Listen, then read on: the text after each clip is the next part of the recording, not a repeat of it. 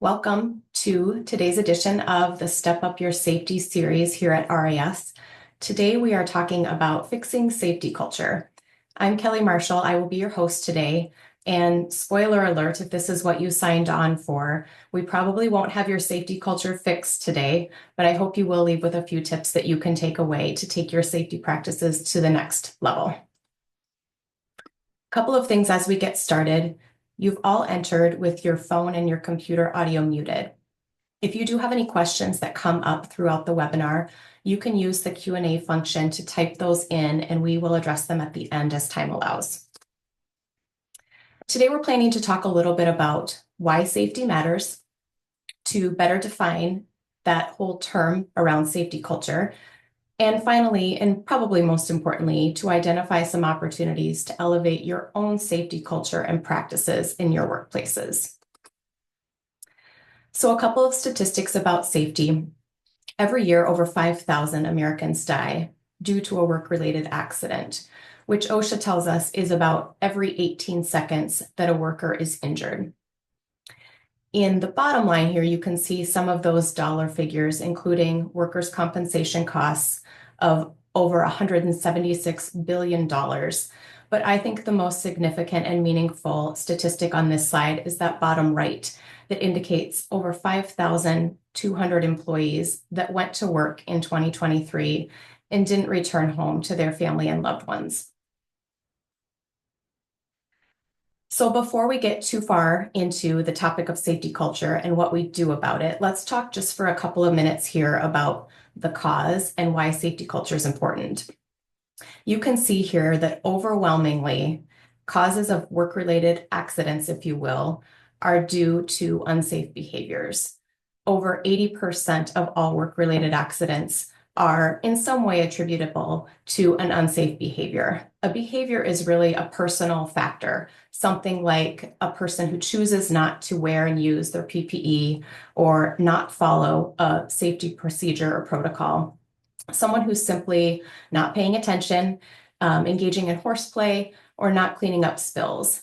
Behaviors that can be attributed to something that someone did or didn't do.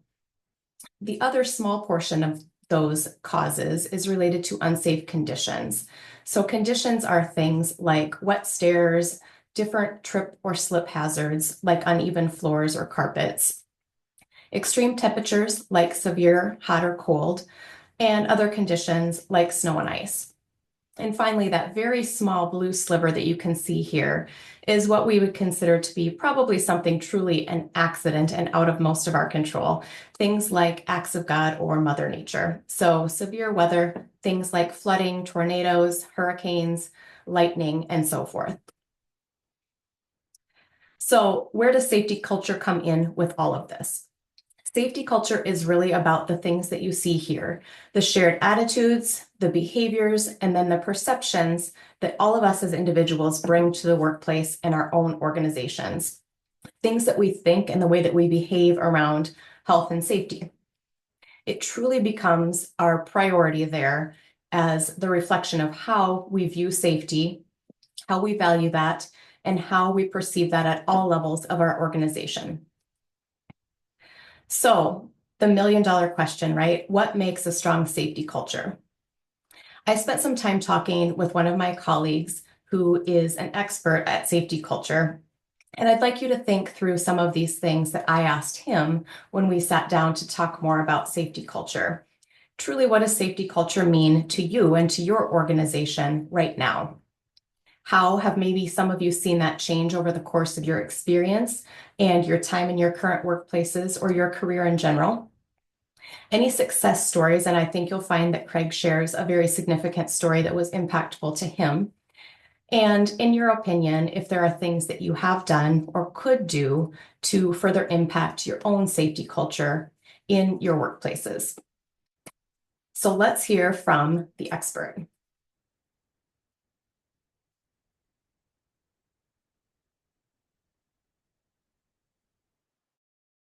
Hey, Craig. Hi, how you doing? So we've talked a little bit about safety culture, why it's important, what the impact is. and the pieces that contribute to that. So I thought it would be great if you could give us a little bit of insight about, in your experience, really, what does safety culture mean to you? Sure. So it's been a interesting voyage. I've done safety work for a long time, and we used to talk about culture and behavior back in the early 2000s, and we really didn't know what that should look like, and nobody could define it. And I think that was one of the biggest struggles that we had when we would hear BBS, behavior-based safety. We'd hear all kinds of stories about culture, and not necessarily nobody really knew the path, but we would hear these things in conferences and guest speakers and things that you want to build your safety culture, but we just didn't know what that looked like. And it really took some time. It took, for me, it probably took the better part of a decade in my career to get an understanding of what that was, how we got from what was a negative safety culture, or a negative, even negative business culture, perhaps, to a positive culture. And it's so much more than just safety. It's much more than loss control. But it's also, when I say it's much more, it's really because you want this to be a living, breathing part of what your employees see when they come to work and what they feel when they come to work. And you want it to be something that when they go out the door, they don't forget about it. Particularly, I started in the trucking and the transportation industry, and so our high risk employees were out the door all the time. There'd be employees I would see when they came on board during orientation. I might see when they cruised through every quarter or maybe 6 months. Didn't see them. We communicated with them. We would send messages, but you really didn't know what they were thinking about. In oftentimes until something bad happened, or we would go out on the road to meet them in a truck stop or meet them in one of our locations, across the country. But you still didn't really know what was going on because a lot of the time that culture was negative. And it was rule based. It was lagging indicator based. It was a lot of the times we'd say, don't do these things because if you do, here's discipline, and you could lose your job or you could get written up, and all those things that are still a part of the culture, but we were not seeing how to move forward with it. And what really got me kind of lit up about this, very in a good way, was how do you get people to make their safety and therefore their coworkers and the company's safety? How do you get that to be personal? And we never really wanted to make it personal. When I started, we didn't want to have that be a personal communication. We didn't want to have to talk about necessarily their family and all the other things. It was, we're going to follow these rules. The company owns these vehicles, or the company is doing this business, and the company has this cost.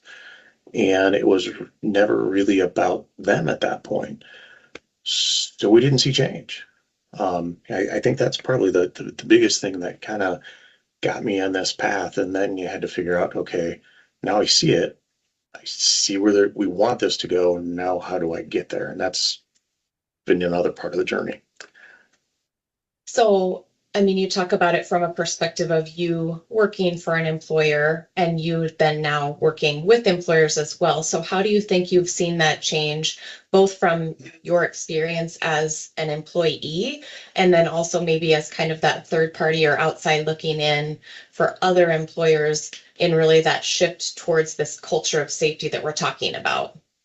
Sure. I've got a large family, and a lot of times I kind of equate this to bringing up children. I've got 5 kids, and I tell people all the time, I don't want to, when they're my employees or my coworkers, tell them like I'm not saying we should treat you like children. And I would say that to any company or organization I would speak to. We're not talking about treating your employees like your children, but if you're a parent, and we've all been somebody's kid, and we all make mistakes, or our children make mistakes, and sometimes those mistakes are, they're small. Sometimes those mistakes can be life changing, or maybe like right on the verge of life changing. And I know as a young parent and an inexperienced parent, I would tell my kids, don't do that. And what do they say? They always ask why, right? And I would tell, particularly when I was a young, inexperienced parent, I would tell my kids because I said so, or because you're going to get hurt. But I never told them what else to do. I never told them where else they should be, going, what path they should go down. And I think that's, another, big part of the journey is to understand we need to have a broader conversation than this. And that really started for me when one of my employers, we was a transportation company, and we had hundreds and hundreds of vehicles out on the road. And but we had a good documentation structure. So I knew who the emergency contacts were for every single driver. If they were a warehouse driver and they came home every day, or if they were on the road for 2 weeks, we knew. And it could be it was a loved one. It would be maybe a girlfriend, boyfriend, a spouse. It could be a family member. It could be a child. But we knew, and we had a phone number. We had the address, and we decided to roll out a project. And it was a big project, but we got leadership. We got some of the owners, and we got different levels so they knew who these people were. And we drafted a letter, and we sent that letter. And it took a bunch of time with our staff, but we sent the letter addressed to their emergency contact, to their loved ones. And we sent it out to every single household because, again, we knew the mailing address. Um, and we knew it was not going to be 100% perfect, but we knew we would get the vast majority.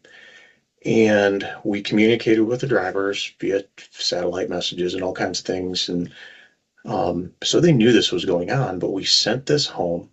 We sent our contact information in the safety department, and we sent information for some of the leaders. I reported to a vice president of risk management, and we started getting phone calls. And I would get phone calls from a spouse or a parent, and some of them were really, really happy because we had told them, uh, your loved one is important to us. They are what we focus on. They are our number one priority. And because of that, we understand, and we want you to understand why their safety is important and what that means. That means they could have to shut down an hour away from home on a Friday night because they're out of hours, or they could have to shut down because they don't feel good or they're tired. So please understand that. And then all kinds of different things. But we would get these responses, and the responses were thank you. Or I remember one of the responses just vividly. I was talking to one of the driver's mothers, his mom. Never had spoken to this person, didn't know who this person was, but she called and she said, what is my son doing? Why did he get this letter from the safety department? What mistake is he making? And we had to tell her, like, your husband's doing great. He's a great driver. We've never had any issues with him, and we want to keep it that way. And we want you to know why that's important, and we want you to know why he should be having this focus. And I got calls from drivers who said, why'd you send this to my mama? Why'd you send this to my wife? Because they got this letter in their mail and they called me, and now I'm calling you. And I'm like, well, one, we explained this, we thought, but also if we're having these conversations, if the safety conversations are not, hey, you made a mistake, or hey, did you know you ran into this car or ran over this rock or whatever? Now we're having positive, focused conversations. And that really got the ball rolling about the why piece. Like, why are you always talking about safety? Because I know who is most important to you, and I know who you're going home to. And some people didn't like that. I'm like, well, you knew it when you got here. You filled out the paperwork, you gave the information to us. So we're going to use that information to get us better, you better, and everybody's safety to the front burner in the limelight. So, That's a great story. I mean, I think that's super applicable and easy to relate to how we kind of shift towards truly making that a company priority. So that's awesome. If you were to give, again, we get to give, like a couple of quick tips, and I know that this isn't an overnight journey. So we're not going to change safety culture probably by tomorrow in any right. given company. But if you had to give an employer maybe 2 to 3 ideas just to kind of get them started going in that direction about how do we start to make that shift in our own culture of safety, whether it's, at the bottom of the spectrum or we're doing some of those really great best practices thing, what are a couple of things that you would recommend? Yeah, I think one of the biggest ones is make sure you've got a clear vision on where the organization is wanting to go around safety and use that vision. You can call it a vision, a mission statement, whatever. But something beyond when we say safety is our number one priority. We can say that, but what's the vision and what's our mission? And then as you kind of define that statement, uh, making sure that people understand what's their role. What's their role in that mission statement for safety, for not just their safety, but everybody else's as well. And hopefully within there, as you kind of try to get that engagement, making sure people understand what the expectation is, and in a good positive way, right? Because I can tell you the expectation is follow the rules or else. But follow the rules or else doesn't really get us very far. And this goes kind of back to my parenting mentality. Like the behavior is not going to change. If I just tell you or else, and that's not a good fix it strategy, right? Um, you also have to promote open communication and understand, and it's easy to say and have communication about the good things. We're still not good as it or good at it. Oftentimes we don't like to give compliments, or we say we don't want to hear compliments, and I don't want my picture up, and I don't want anybody to know my name. Do it anyways, not to embarrass people, but to make sure that everybody knows and sees what their focus is. And also, now here's the really tough part about communication is some of those hard conversations.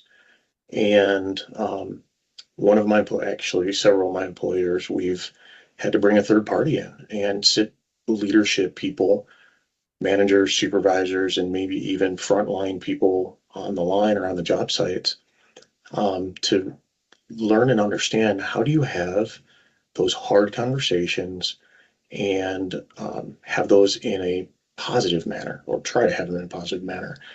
Um, I in my career, I've terminated a lot of people as a safety person early in the career with that challenging environment.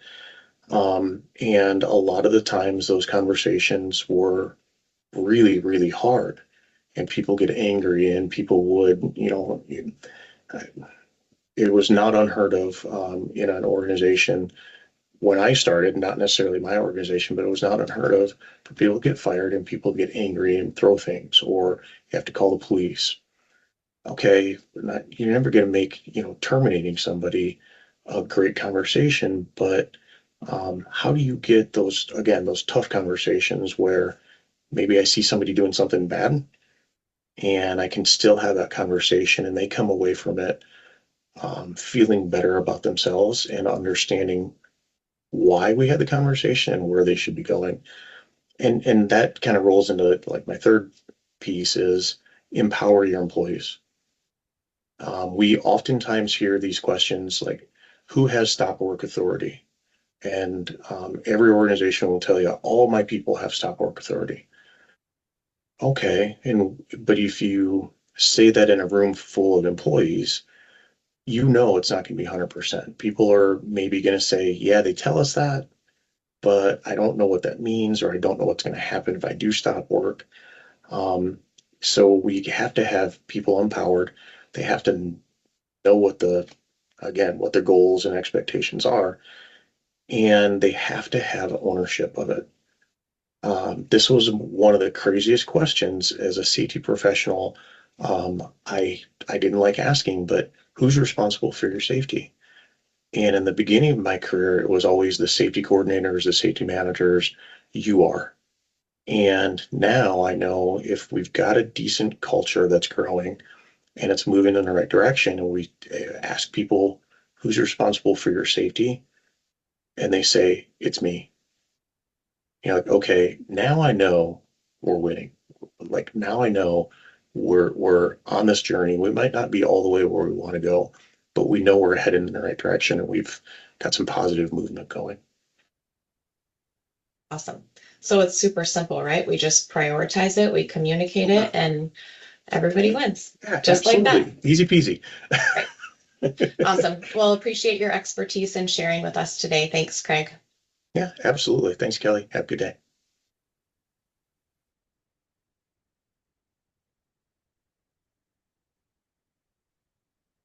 So part of what you heard Craig say and that I really appreciated was that the company that he worked for said, we're going to try something. It's probably not going to be perfect, but we're going to give it a shot. And ultimately, I think this shift is significant as well, that we're starting to see more organizations shift from safety being one person's responsibility. So it's truly the responsibility of our risk manager or our safety experts or safety manager, to safety being everyone's responsibility. So before we look at any questions, for those of you who need to hop off, I wanted to let you know that you will receive a survey as soon as you close the webinar. It's only a couple of questions, so it should literally take you just a few minutes, and it helps us to understand what things you might like to see in future webinar events as far as topics and so forth. You'll also get a follow-up with the link to this recording, which you are more than welcome to share and see with any others in your organization who might want to see that information. What's new, if you haven't already seen it, is that all of our recorded sessions are now available on our website and also on our YouTube page. So if you go to RAS Companies under events, you can see the links for all of those recorded sessions. So you can share those. You don't need any special access to share with anybody that might find those to be of interest. You can also sign up for future webinars on this page.